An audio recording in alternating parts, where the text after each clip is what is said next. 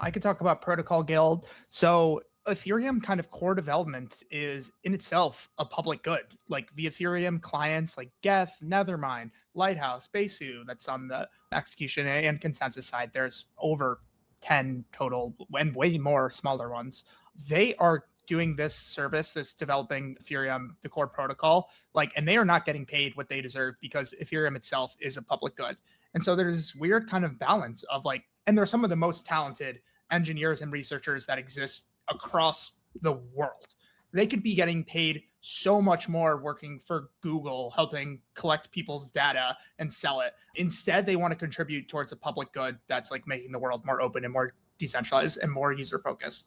And yet they're not getting paid what their market value is from organizations just because it's hard because they're building this public good.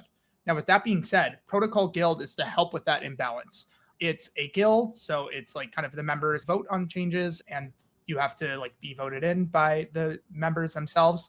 And these are the people that are building core Ethereum infrastructure. So working on Geth, working on like tooling in some cases. I think it's specific to people that are actually like as close to the core protocol as possible, just because they want to make a clear line in the sand of who's in and who's not. People researching, people doing support for the network upgrades. And they do amazing work to make sure they're paid as close to market value as possible. So if you're building in the Ethereum ecosystem and you want to support like the core devs that are actually building the core software, because like the whole stack is important, but without the core protocol, well, kind of nothing else matters. Have your organization try to support the Protocol Guild. They have the 1% token pledge where you actually donate 1% of your tokens to them. But as we're seeing kind of less token launches, they need like new sources of funding. So like, don't forget about the core devs, support the Protocol Guild. And like now you could even have your money be matched. So it's even more powerful than just a straight up donation. Yeah.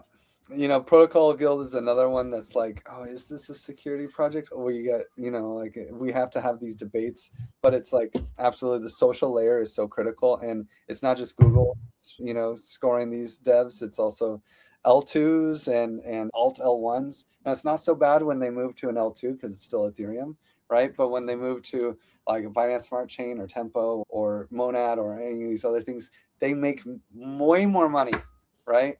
And the Ethereum Foundation just can't compete. The companies they work for can't compete.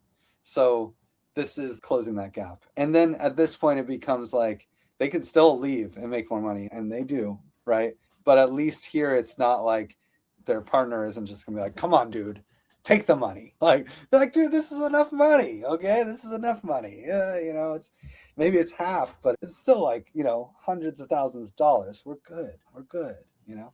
Anyway, I can go into the next one. This